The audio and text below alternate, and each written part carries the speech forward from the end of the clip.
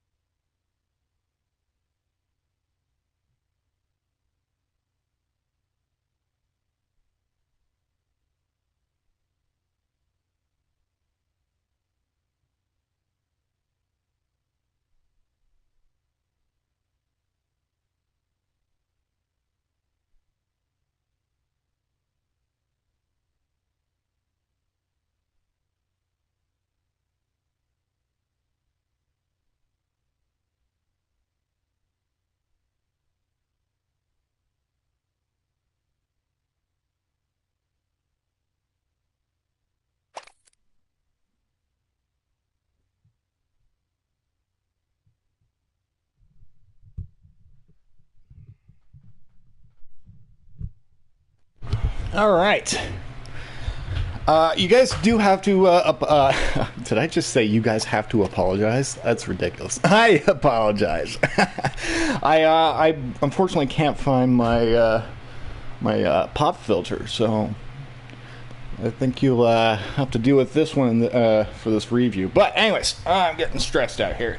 I've been a little bit inactive for a few days because yesterday was the NHL draft. I've just been just doing things. In fact, actually, Crash Bandicoot is actually what I've been doing the last few days. But it's going back to my old school days where I hate dying about 40 or 50 times in a level. But enough of that. Let's get into the review, everybody. I got a chance to see Thor Love and Thunder, and the title of this video is it a good movie? All right, so there's so much. I guess there's been a lot of backlash on the film from all these Rotten Tomatoes critics. Basically, it's a 69 right now. That's bad. If it's rated 69, if critics are saying that this movie is 69% good, then that's so dumb. All right, because right away I'm giving it to you guys right now. Thor Love and Thunder is a good movie. All right.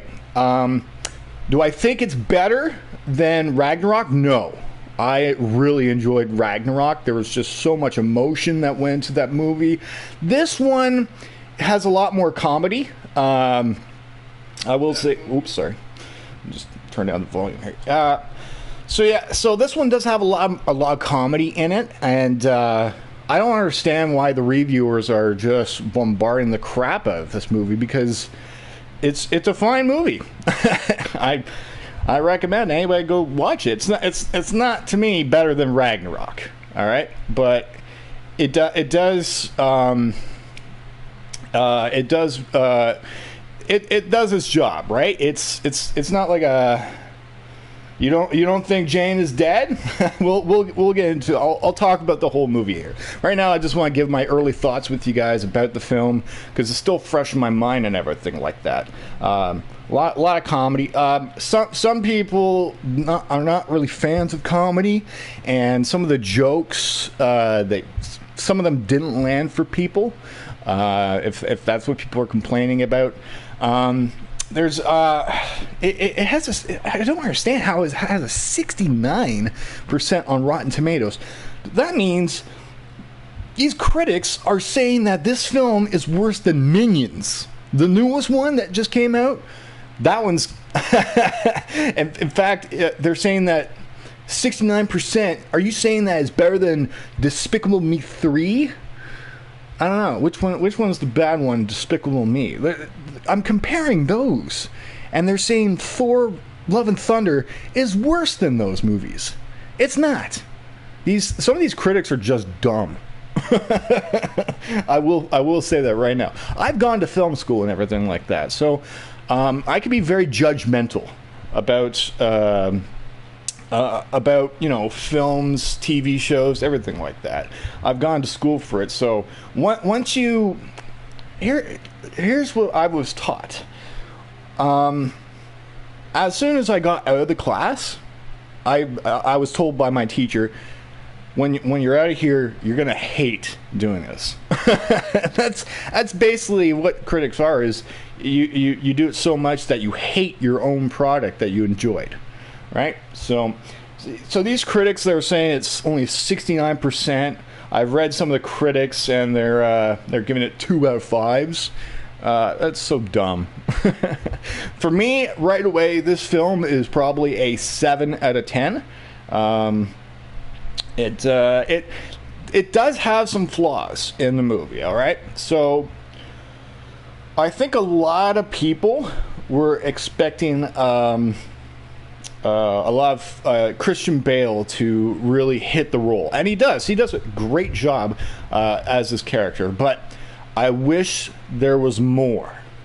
All right, that's one thing. I think it's just coming up to 2 hours on the film, and I wanted to see a little bit more, like 15 minutes or half an hour, a little bit more of the action with Christian Bale, because we don't really get too much. And it feels like it feels like they should have done more with the fight scenes, I believe. You know, when you guys are watching the trailers and everything like that, you see Gorr, you see these big epic battles. They only like meet each other 2 or 3 times in the film. I could be wrong, but he has to go travel. Christian Bale goes the first encounter is him going to Asgard. I think the second and third encounters are in the Shadow Realm, where he gets his power. So, the first Thor movie is better on Rotten Tomatoes. My God. What about Thor? What was Thor 2? The Dark Elves. What was that one? Let me just quickly look at my phone here. What is that one? Thor, the Dark Elves. Rotten Tomatoes.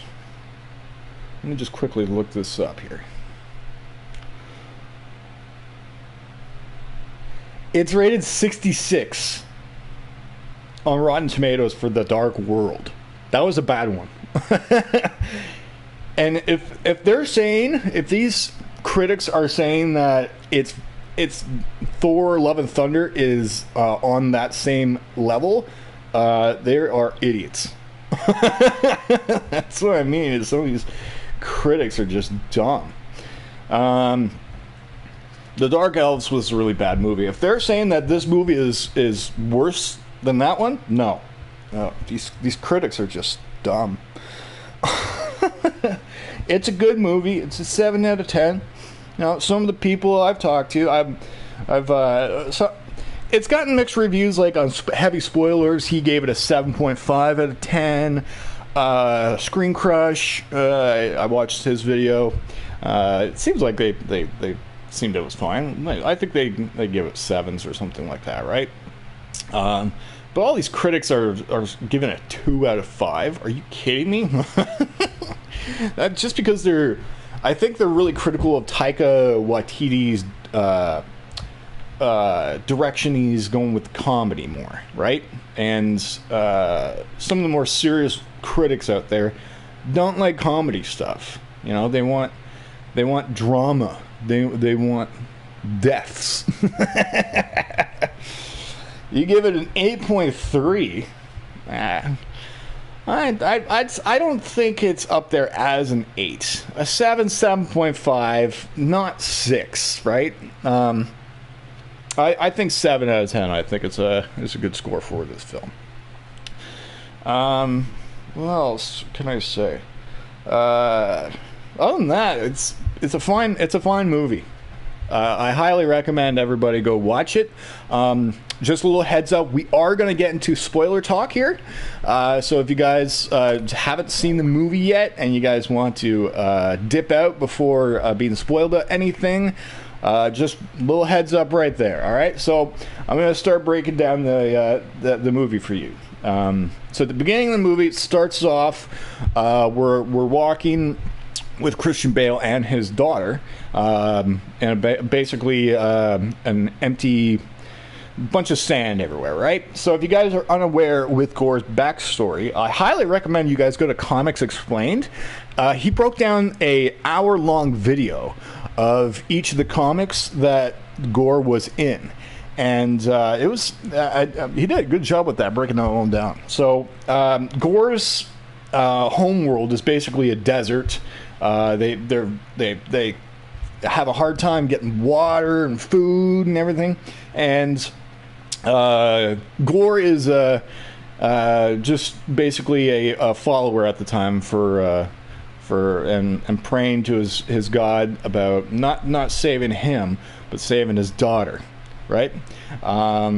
These sandstorms are picking up, and basically Gorr is hiding behind a rock with his daughter, trying to give her cover from the sand. And it's right there that his daughter dies. And that's... Wow, we started off with friggin' a death from a kid.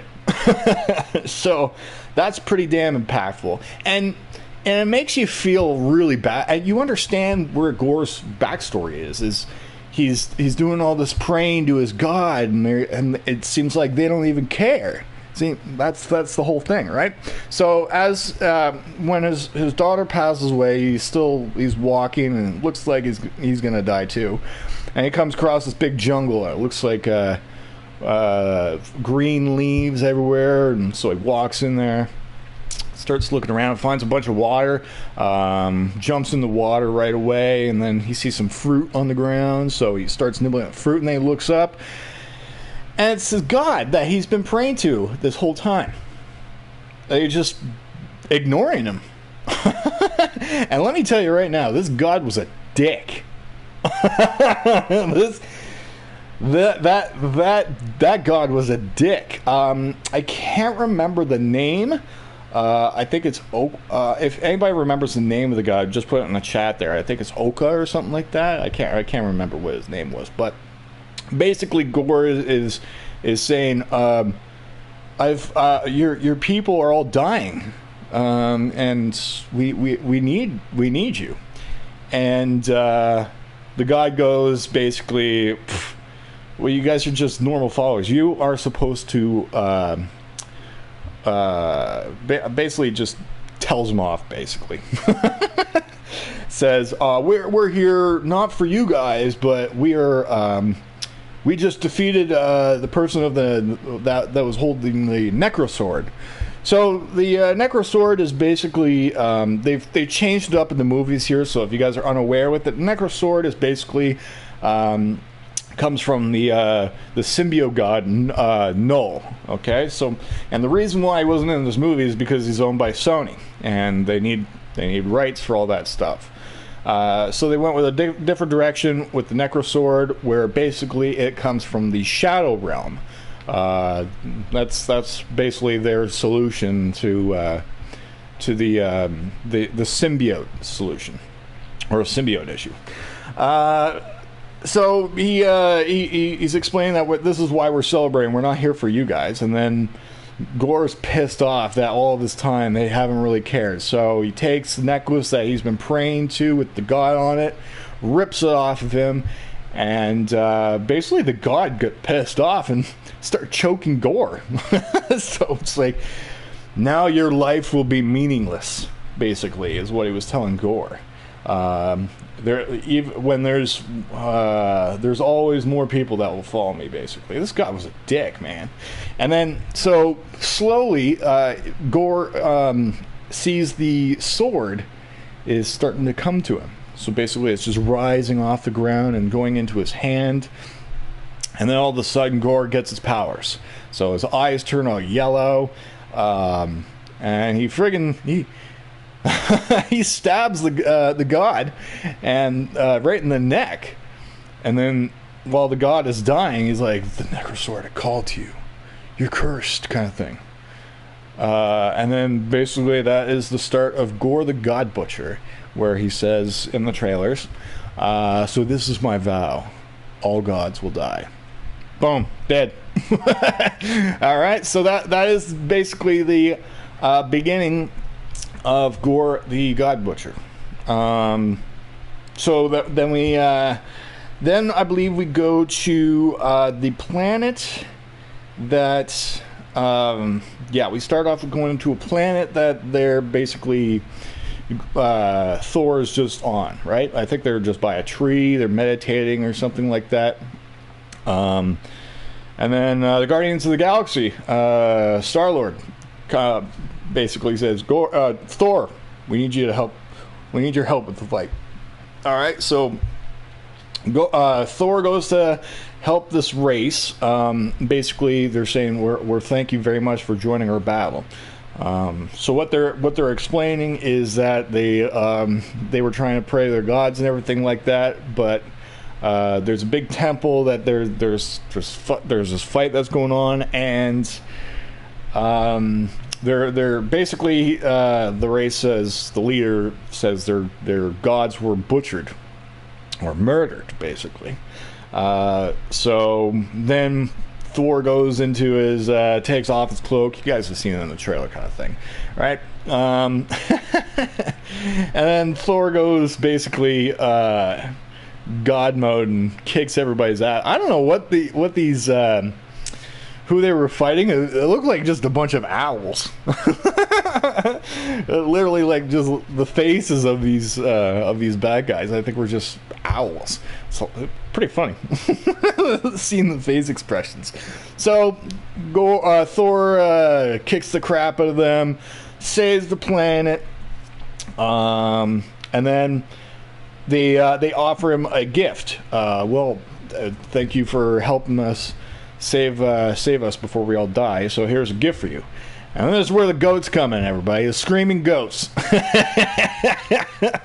That is where he gets his gift for the goats, is helping them save their planet. And so I think basically the screaming goats. I think it was from a. There's an actual meme out there, like just with a llama or a goat or something like that, and then all you hear is this scream coming out of it, kind of thing. It's a very popular meme. So I think that was the inspiration for the screaming goats. That post-credit scene, Hercules. Oh yeah, you're already getting to the end of the movie. You're already spoiling the end of the movie there, Forza. I'm still talking about the beginning, where basically they're starting to meet Gorr and everything like that. So basically, Thor comes to his senses, saying that I have to go find who I am, kind of thing. And so basically, the Guardians of the Galaxy, they set off their way, and Thor goes their way, because I think he went back to Asgard or something like that, right? Could be wrong. Oh, no, that's what happened. Okay, so they're in the ship. So they're in the ship, and they're starting to see like distress levels. I think what's her name? I think it's Sur. I can't remember. It's S. I can't remember her.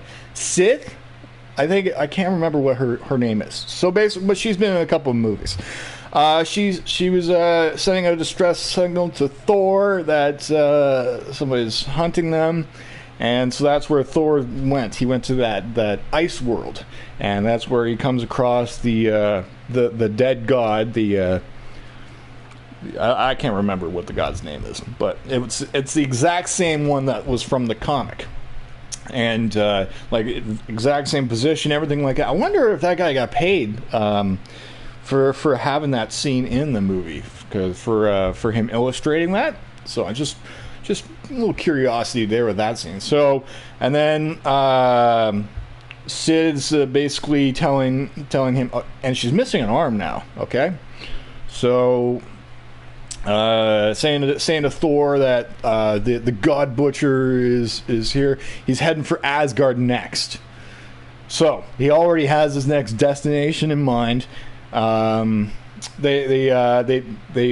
he has to head back to Asgard, right? New Asgard. That's the newer one. So we head there, and I think there were some scenes like bouncing around. I think we go to Jane now, right? Jane is basically in the hospital, and she's with Darcy. Always cool to see a Darcy cameo. And they're talking back and forth, saying that like you have stage 4 cancer, right out of the comic books. That's exactly what Jane had. She had cancer in the comic books. I'll go into more details about that later. But that's straight out of the comic books what they did with that one. So basically, she's trying to find a solution with Doc about finding a solution for her cancer and that. Not even the Doc is able to help. And then all of a sudden, it seems like a book was flashing to her, and it seems like it was calling to her. So that's when she has the assumption that it's Mjolnir that was calling to her. So then I think we go to Asgard, and then we start to see little things there. The theater people are back. So Matt Damon, or I can't remember who the actors are there, but they had basically they were doing the scene where Odin dies, telling his sons, that you have a sister, and confetti. They throw confetti around everywhere, and then hella. It was a nice little stage thing that they did. And they did that in the previous film too, right? So it was cool to see the theater people back again. And then that basically explains to everybody why Thor doesn't have his current hammer, right? So that's what that scene is supposed to do, to help break that down.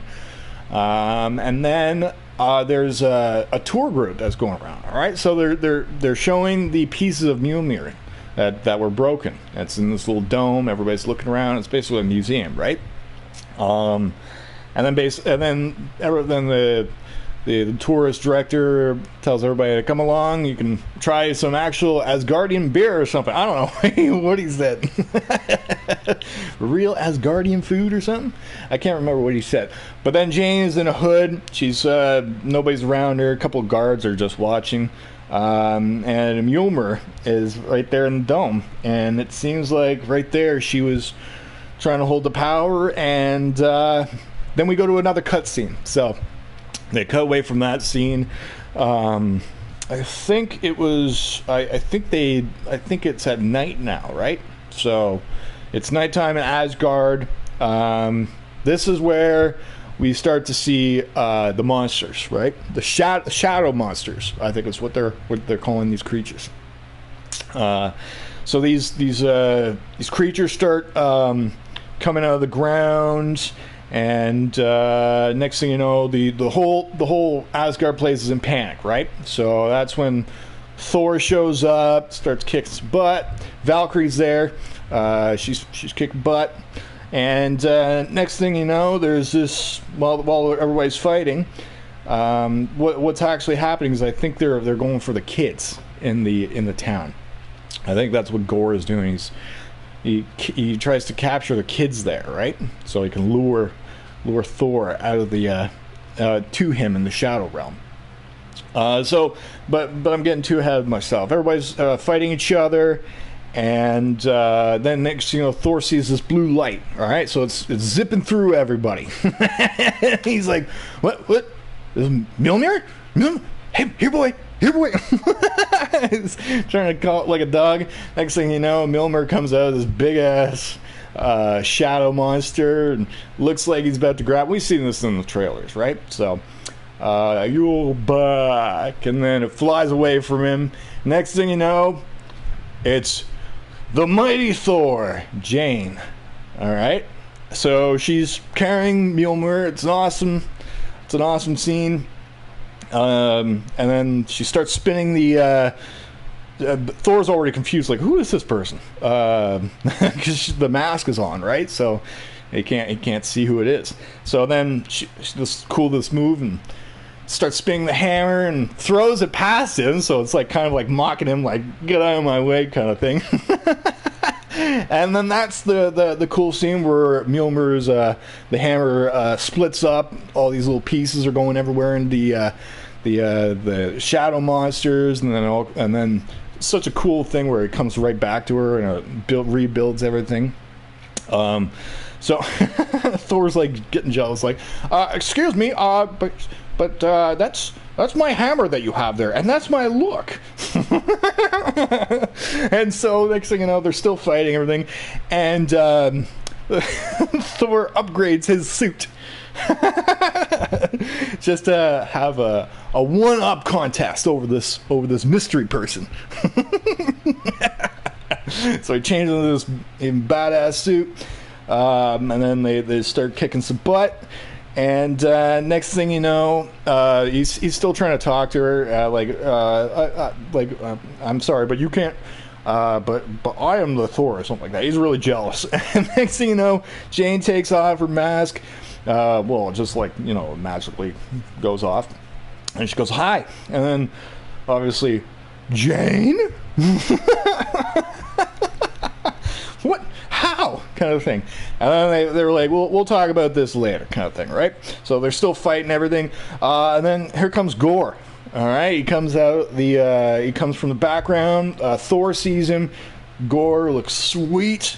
Coming at him with the sword, and they start battling. Right, so they're going back and forth. And I think Gorr mentions something about his axe or something like that. I think Gorr actually has the sword to Thor's neck, and he basically said, "Oh, it's a little pointy thing there." Gorr goes, "Good, then you know what it feels like." I can hear birds in the background. Sorry, guys, there's a bunch of birds calling. So it looks like so they start fighting even more, kind of thing, and then Gorr backs off, and I think that's when he starts taking the children. All right, so he's kidnapping all these children. Even Heimdall's son is there. Axel, I think, is what they give him a name. So Heimdall, for all the theories out there, Heimdall had sex. There you go.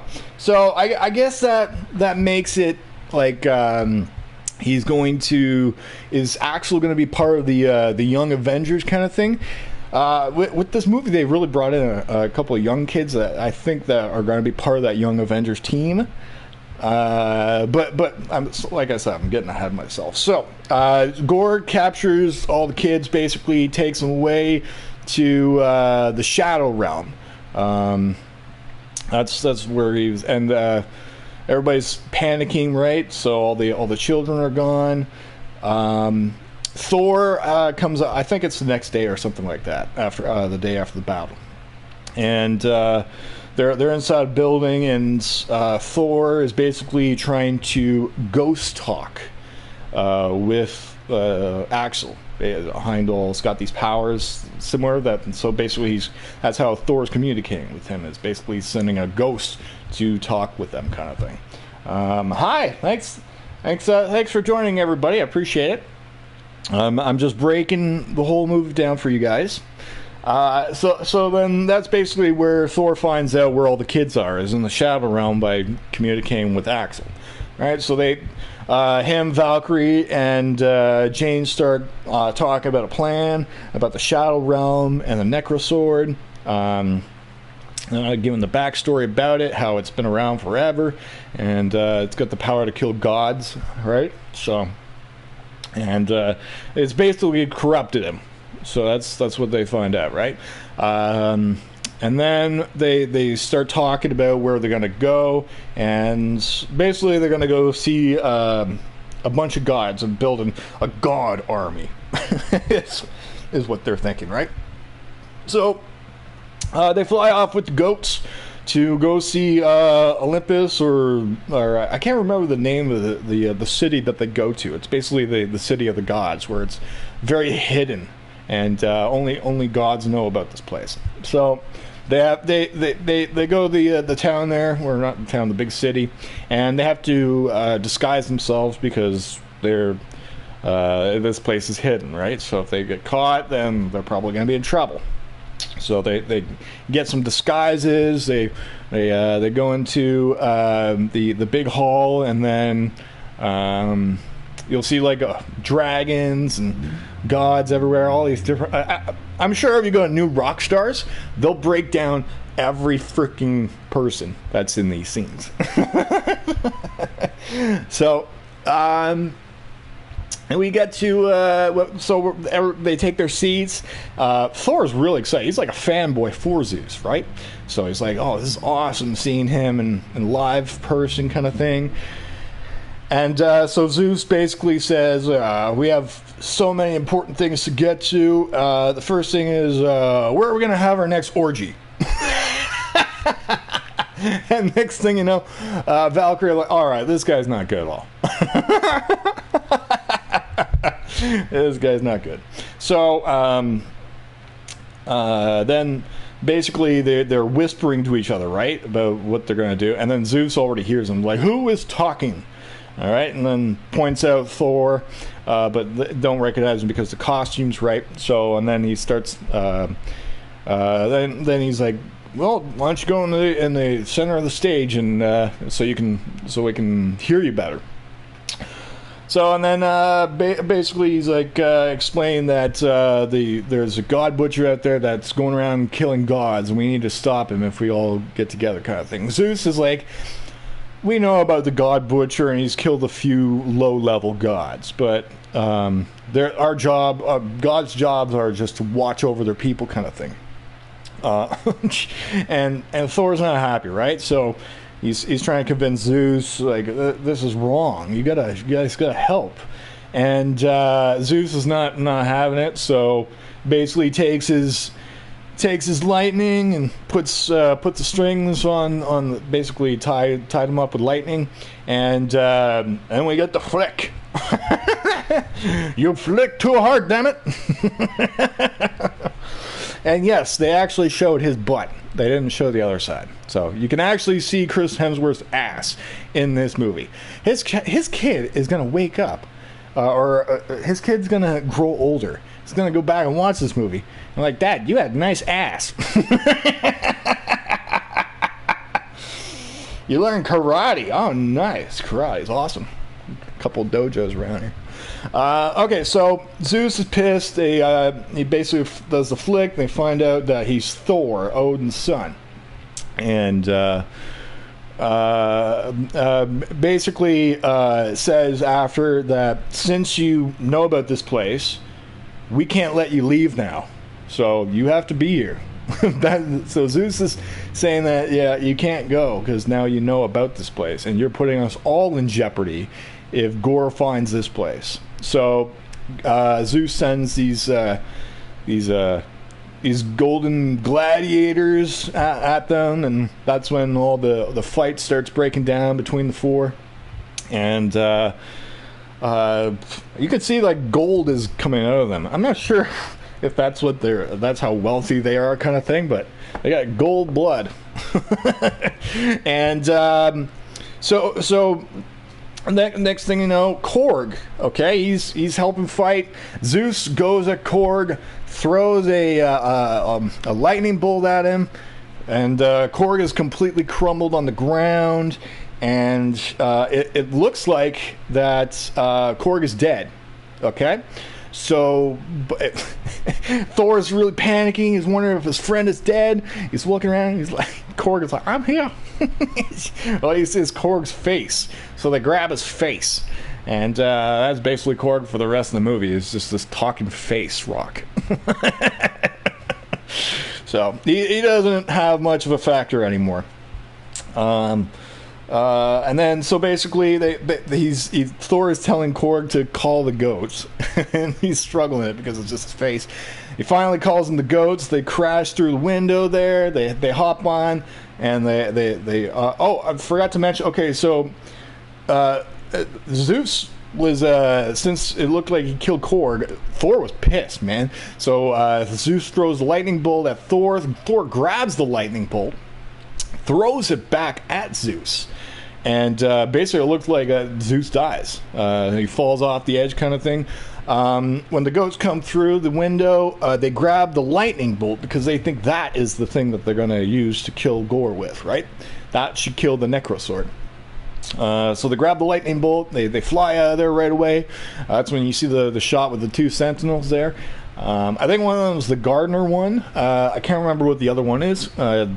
Probably go to New Rockstars or something like that for that one. But okay, so that's the end of that scene. So we got Zeus possibly dead. The next scene is, I think they are flying to go see Gorr. All right, so they have to go to the Shadow Realm next. They're on the goats, and basically Thor and Jane have their little talk on the boat while they're flying to the Shadow Realm. So they're talking about the past, and they made up, and now they're lovebirds again. They're woo.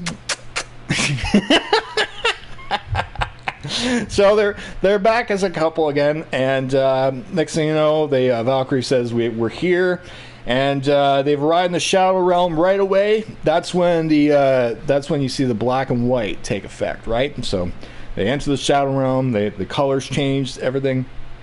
And then I believe, okay, so they enter there, and right away I think they're walking through this curtain or something like that with Jane's looking around, and right away she says it's a trap. So that's basically what they're doing, is Gorr's trying to put them in a trap kind of thing. And next thing you know, Gorr starts attacking them, and he keeps saying, send the axe. So Gorr needs this axe, this Stormbreaker axe that Thor has to I skipped over the most important thing, actually, is that Gorr finds out about eternity.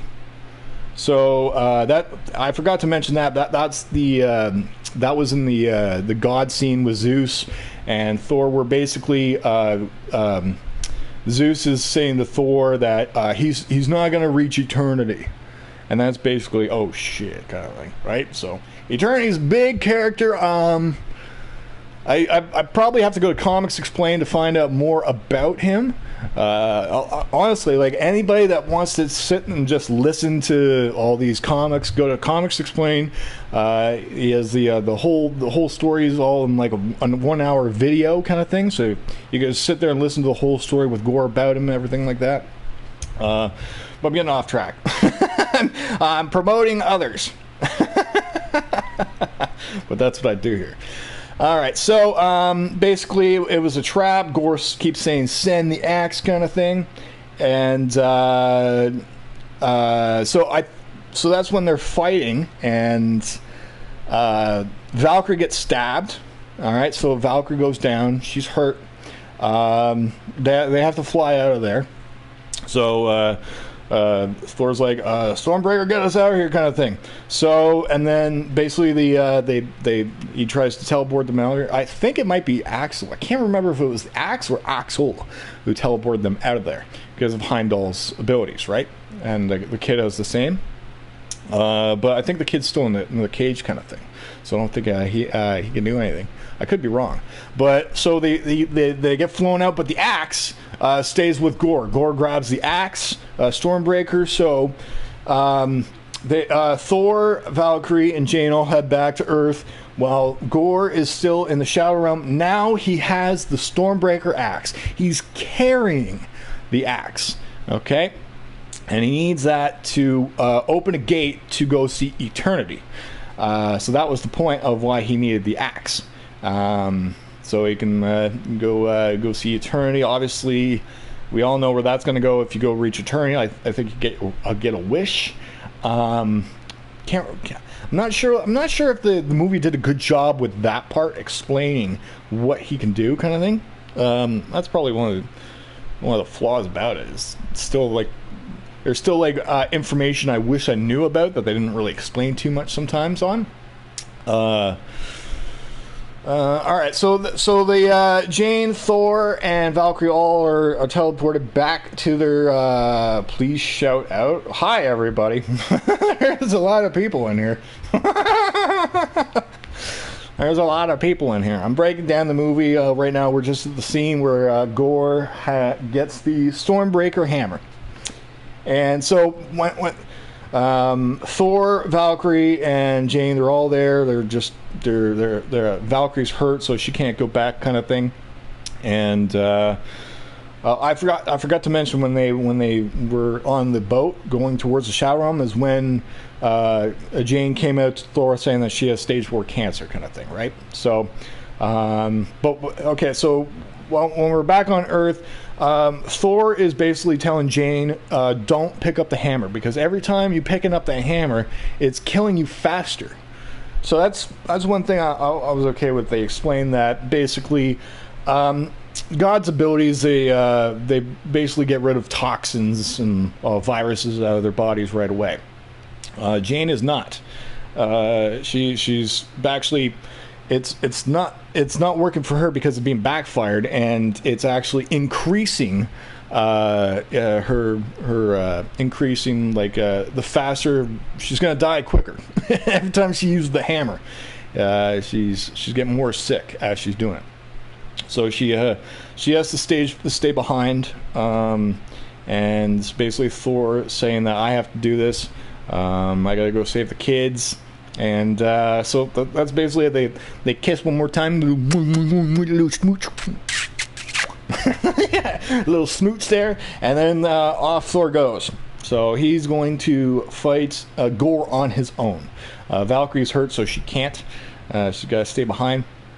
And so they head to Thor heads to the Shadow Realm again, and comes face to face with with Gorr and all the monsters, and basically Thor is there to break the kids out, and a very interesting scene here where basically this is the final battle, right? All the kids there, Thor is giving them a pep talk, and I am giving you the power of Thor, and Thor sends all of his powers into all the kids. So all the kids, they're all glowing eyes, and they all got superpowers now, and these friggin' kids are taking on these shadow monsters with teddy bears. And they got lasers coming out of teddy bears' eyes, and that scene. That scene maybe. I wish. All right. It wasn't bad. I just found it goofy, right? So then, the Thor and Gorr, they're having their battle, and basically, Thor is about to be killed and stabbed in the face by Gorr. He's trying to hold off the necro sword with just his hands, a piece of metal that's holding it back from his face. So he's screaming. Next thing you know, we go to a cutscene again with Jane's in the bed, and basically she can feel Thor is getting hurt, right? And next thing you know, Jane looks to the right of her, and Mjolnir's just floating right in front of her face. Like, we gotta go. So, just in time, the mighty Thor makes the save for Thor, and they start working together, beating the crap out of him. Cool end fight scene where Jane is still trying to put some catchphrases down. She's basically trying to get her own catchphrase out of it. So beats up Gorr pretty good. Eat my hammer is basically what she had. kind of another stupid line. So basically Gorr is defeated. I think what happened is the sword cracks. And actually the Necrosword, I think it's going into Mjolnir or something like that, where that's how Gorr loses his powers. It's because the sword gets cracked. So Jane decided, I think as soon as they crack the sword, Gorr tries to walk into the light where eternity is, because the gate is open thanks to Stormbreaker. So they walk through. All three of them are at basically this empty void, this big white void kind of thing, and eternity is just this big shadow. It's just sitting there. So Gorr is right in front of him saying that, eternity, I'm here. And basically he turns to Thor and turns his back on Gorr, and Gorr's pissed. It's like, you turn your back on me kind of thing. And then so Jane is dying. She's not wearing the suit or anything like that. Jane is dying right there. And so Thor's basically giving Gorr a pep talk, like, you won, Gorr, you won, but I'm gonna spend make your wish, but I'm gonna spend the last minutes I have with her, because that's basically what Gorr's gonna do, is kill off all the gods. And then he starts realizing that he's dying too. So Gorr is dying, Jane is dying, and then Gorr basically looks at eternity and wishes for his daughter to be alive again. So Gorr is dying right in front of eternity. You can see the shadow, and I think I'm not sure about this, but it looked like Gorr's daughter is her name is Love. Like that's the whole Love and Thunder theme, right? So Gorr's daughter's named Love, and it looked like she had the same body shape as Captain Universe. Captain Universe is another character that's in the film. I don't think it's her, but basically Captain Universe is basically the shape of a person, right? So I'm not sure if that was her or not, but basically Eternity is bringing her back to life, and Gorr and her daughter have this little moment. Gorr looks over at Thor and says, "Please take care of her." Gorr dies. So that's your death scene. Is basically Gorr gets a little like a redemption thing, instead of him getting stabbed or anything like that. He's got a little redemption arc there. So Jane dies, Gorr dies, and next thing you know, we're back at Earth, and Thor and Love are being father-daughter thing, and it shows a little bit of her power, because she was brought back to life by eternity, so she's got like eternity powers or something like that now, right? Thor and Love are talking about, I don't want to wear shoes for that place and everything like that, and she shoots these purple laser beams out of her eyes. Thor blocks it with a frying pan. It's like, basically, I just bought this, right? So they have a little father-daughter talk to, and just he's being more of a father figure now to her, and they open the door, and there's these armies that looks like they're both going to go fight them, right? So that's how the film ends, everybody, and we'll get into the post-credit scenes. Is basically both Thor and Love, they take off together. So Thor carries Mjolnir, and Love is carrying Stormbreaker now. So that's how the movie ends. Then we get to the post-credit scenes. One of them is Jane. She starts talking with Heimdall about the Welcome to Valhalla, and it's basically, I think, teasing you guys that Jane can come back. I think Thor probably will do something like wish her back or something like that.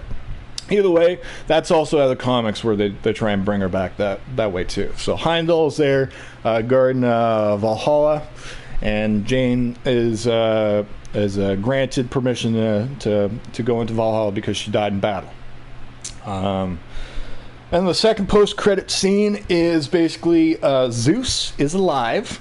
So he survived the tumble that was from Thor, and he starts talking, be like, when did the gods become the joke? People used to fear us and everything like that. Do you understand, Hercules? And then they go, and you see Hercules. All right? Yes, Father. So he stands up, and Hercules is officially in the MCU. And that's basically teasing what's going to happen. I don't know what's going to happen for, if they're going to bring Hercules into a crossover of like the Avengers kind of thing, or if they're going to do another Thor 4 or 5 years from now. But basically, Zeus and Hercules are going to be your antagonists going into the next Marvel things.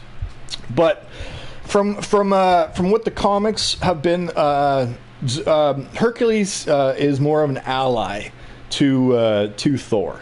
So at some point, but they have fought, so they will be fighting against each other for a little bit, and then I think Hercules will understand what he's doing. His father is kind of using him, kind of thing. So I have a feeling that Thor and Hercules are gonna do a little team up against Zeus. And that's it, everybody. That was the entire movie. I just broke down for you guys with the spoiler review, a little heads up. So once again, all these people, there's all these Rotten Tomato critics and everything like that. It's not that bad. It's not worse than the second Thor movie, which is The Dark Elves, which was a bad movie. On Rotten Tomatoes, that is like 67% or something like that. Right now, what they have for Rotten Tomatoes for Thor: Love and Thunder is 69%. That's stupid. If you think this movie was more stupid than Thor 2, you're a bad critic. All right? So I'm going to give this movie a 7 out of 10. It doesn't push that 8 boundary that I wanted to, because I wanted more Christian Bale fights with Thor kind of thing. I want more interaction with that. But that's my thoughts about the movies. I think it gets a 7 out of 10. I'm not sure what you guys think about it, but I just broke down the entire movie for you guys. So I appreciate it. What do you guys think? If you guys have seen the movie, I see in the chat there somebody gave it an 8.3. It's a little bit high for me, and I know that feeling about being high. But yeah, that's basically how the movie breaks down. Everybody is I wanted more. It's only a 2-hour film too, right? So other movies have gone a little bit longer, and I felt like the first hour of the movie actually it just spud by. It felt really, it didn't feel rushed at all or anything. It just was fast paced. So I will say that I did like Thor Ragnarok better. I think that's probably one of the best movies they've done in a long time for when it comes to Marvel movies. But this one goes just below Ragnarok. Thor 1 I think would put up there as well, but not Thor 2. Thor 2 sucked. But yeah, that's it for me, everybody, as I just broke down the entire movie for you guys. If you guys have anything else, I'll be here for the rest of the day. What time is it right now? 8:43. I gotta go to the grocery store, so that's what I gotta do right now. But there you guys have it. I just gave you the entire movie on my spoiler review, and it gets a 7 out of 10. It's not like the critics are saying. It's not that bad. They just, critics are very critical when it comes to comedy. The critics don't like comedy too much. So, but that's it for me, everybody. Thanks for joining, and hopefully if you guys enjoyed this review, please make sure you push the sub button, push the subscribe button. Tomorrow we are going to be doing a countdown show for UFC. So we're going to play a little UFC tomorrow. If you guys want to stick around for that, more than welcome to. And we'll talk soon. See you guys.